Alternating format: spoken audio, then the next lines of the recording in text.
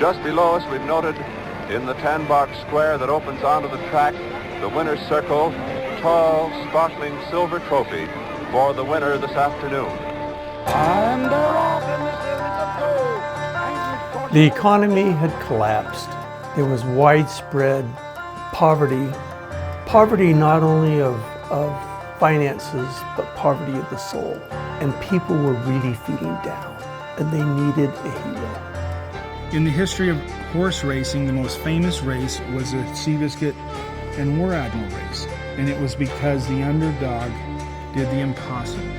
Horse racing in the 1930s is what soccer is today. It was the spectator sport of its time.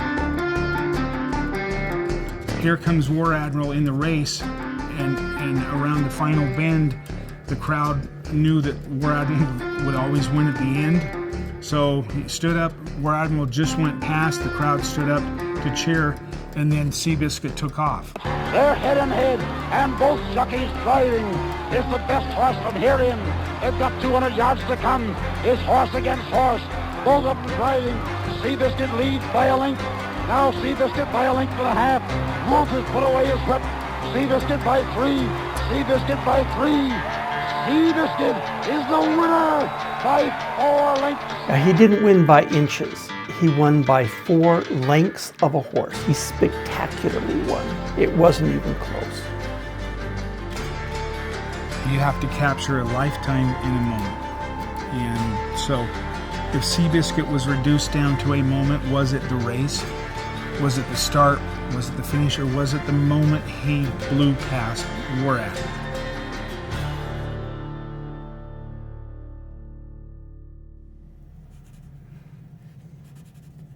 Life is all around us happening, and that's the secret. The secret is knowing a moment. Why are we sculpting something? So the answer was the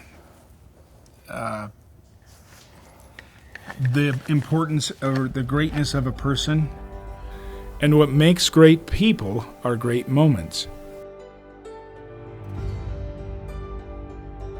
When I started sculpting, I didn't want to just do a head of somebody or a bust or a ballerina, but I wanted to have purpose. So rather than do Lincoln, a bust of Lincoln's head, and there are thousands of them, why Lincoln? Why are we sculpting Lincoln? Why do we memorialize him? And so I wanted why, and in my Lincoln, I have him signing the Emancipation Proclamation, which I felt was the most important thing he did. I can still have Martin Luther King saying in a sculpture, "I have a dream."